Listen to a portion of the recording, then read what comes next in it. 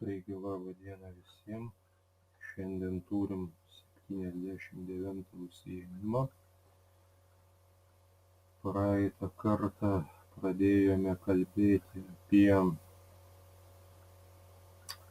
Napoleono karus. Šį kartą pratęsime keletą žodžių apie Prūsijos okupaciją.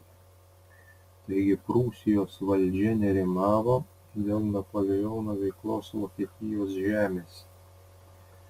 Dalis diduomenės Prūsijos karalių skatino paskelbti karą Napoleonui. 1806 metais Frydrichas Vilhelmas III Prancūzijai įteikė ultimatumą. Iki šio karo pradžios Prūsija neįėjo į koaliciją prieš Prancūziją ir Austrijos pralaimėjimus stengėsi panaudoti taip, kad sustiprintų savo viešpatavimą Vokietijos šiaurėje. Prancūzijos kariuomenė dviejuose pagrindiniuose mūšiuose neįtikėtinai lengvai nugalėjo Prūsijos armiją. Likusi Prūsijos kariuomenė be pasipriešinimo pasiduodavo, prancūzams atiduodama vieną tvirtovę po kitos. Spalio pabaigoj prancūzai užėmė Berlyną, o Prūsijos karalius su šeima pabėgo į rytprūsius. Frydrichas Vilhelmas III vylėsi sudaryti taikos sutartį su Prancūzija, tačiau Napoleonas kėlė labai sunkias sąlygas. Apie kontinentinę blokadą. 1806 metais lapkričio 21 dieną Berlyne Napoleonas pasirašė dekretą dėl kontinentinės blokados. Pirmajame dekreto paragrafe buvo parašyta: Britanijos saloms skelbiama blokada. Antrajame paragrafe: bet kokia prekyba ir bet kokie santykiai su Britanijos salomis yra draudžiami. Šiuo dekretu Europos šalims buvo uždrausta palaikyti ryšius su Anglija. Kontinentinę blokadą tikėtasi Angliją sužlugdyti ekonomiškai.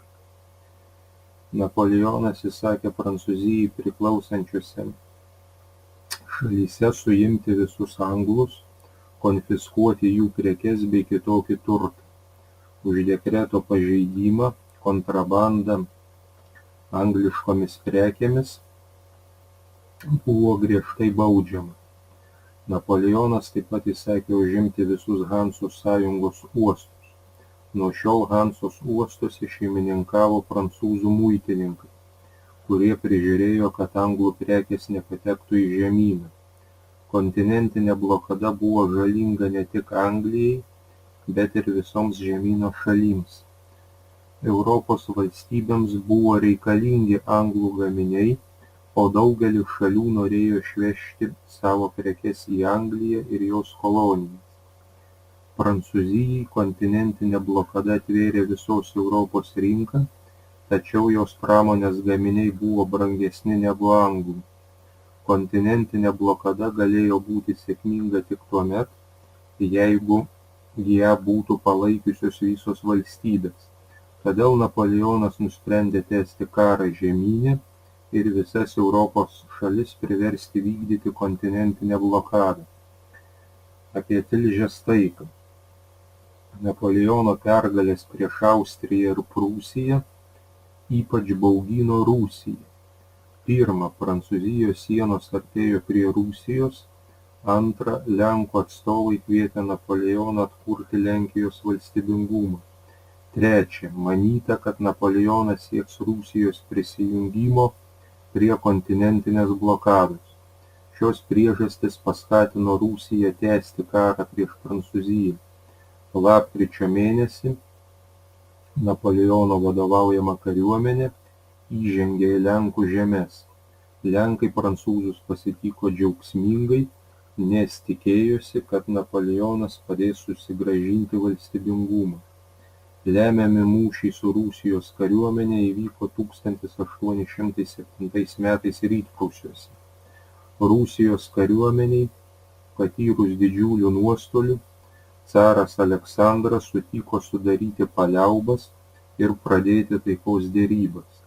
Napoleonas tęsti karo su Rusija taip pat negalėjo, nes tam reikėjo daug geriau pasiruošti. 1807 metais Liepos 8 dieną buvo pasirašyta Tilžės taikos sutartis. Pagal ją buvo žymiai sumažinta Prūsijos teritorija, o iš jai priklausiusių žemių Lenkijoje buvo įkurta Varšuvos kunigaikštystė. Be to Prūsija turėjo sumokėti didelę kontribuciją ir prisijungti prie kontinentinės blokados. Napoleonas ir Aleksandras pasirašė slaptą gynybos ir puolimo sąjungą. Rusija pripažino visus Napoleono užkariavimus ir prisijungė prie kontinentinės blokados. Po Tilžės taikos sutarties Napoleonas pasiekė savo galybės viršūnę. Rusija, turėdama tik mažą teritoriją, besąlygiškai pakluso Napoleonui. Austrija ir Rusija po pasirašytų taikos sutarčių taip pat buvo priverstos paklusti Prancūzijos diktatui. Tik vienintelė Anglija tebetęsė kovą prieš Prancūziją. Pajamos, kurias Prancūzija gaudavo plėšdama pavergtas šalis, padengė visas karo išlaidas. Karas turi pats save maitinti, sakydavo Napoleonas. Klausimai ir užduotys. Pirma, trumpai papasakokite apie Prūsijos okupaciją. Kada, kodėl vyko karo veiksmai, kokios pasekmės. Pasakokite ir atsakykite remdamiesi pateiktą medžiagą ir žiniomis. Antra, trumpai papasakokite apie kontinentinę blokadą. Koks buvo pagrindinis kontinentinės blokados tikslas. Pasakokite ir atsakykite remdamiesi pateiktą medžiagą ir žiniomis. Trečia, trumpai papasakokite apie Tilžės taiką. Kaip pasikeitė Prancūzijos padėtis po Tilžės taikos. Pasakokite ir atsakykite remdamiesi pateiktą medžiagą ir žiniomis.